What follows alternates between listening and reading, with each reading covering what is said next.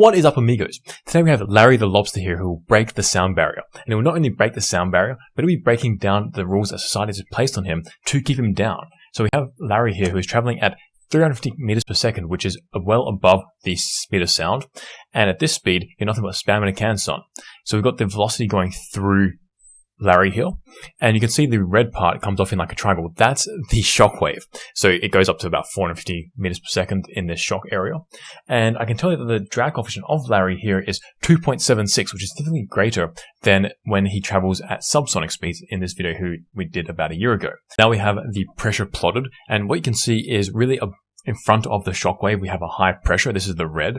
Past the shock wave, we have a low pressure. That's the blue. And this is very common because what happens is when you go very fast, when you break the speed of sound, you're effectively pushing all this air in front of you and you're compressing it. And the reason why it gets compressed compared to just flowing around you is because air can only really move so fast. Once you go faster than that, you can't really get out of the way in time. And that's when it all really coalesces into one shock wave.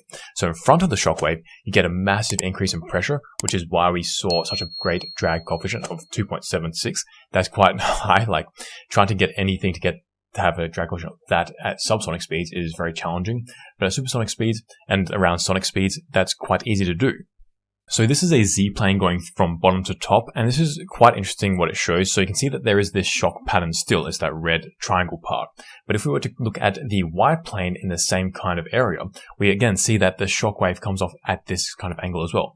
What this tells us is that the shock wave is more like a shock cone. It's not two-dimensional, it's more three-dimensional, going around all of Larry. Now behind Larry, you get a lower velocity, obviously that's the wake, and that also contributes to the high drag that we saw. And now this is the exact same plane going up, but we see the pressure. And again, at the front, we have a really high pressure. Behind Larry is quite low pressure. And there's no real secret why the drag is so high. You can see from just high pressure in front, low pressure in the back. That's very high pressure drag. So now we see the temperature plotted. So red is high temperature, blue is low temperature. The ambient temperature in this was 298 degrees Kelvin. We're going up to 360 degrees in some regions, particularly around the tail area and around the pincer area. And this happens through shock waves anyway, we get a heating. So that's the end of this video. Give it a thumbs up for Larry for going so fast. And if you want to see more like this, check out the other lobster one that we did about a year ago. And also subscribe. And I'll see you next video. Peace out, amigos.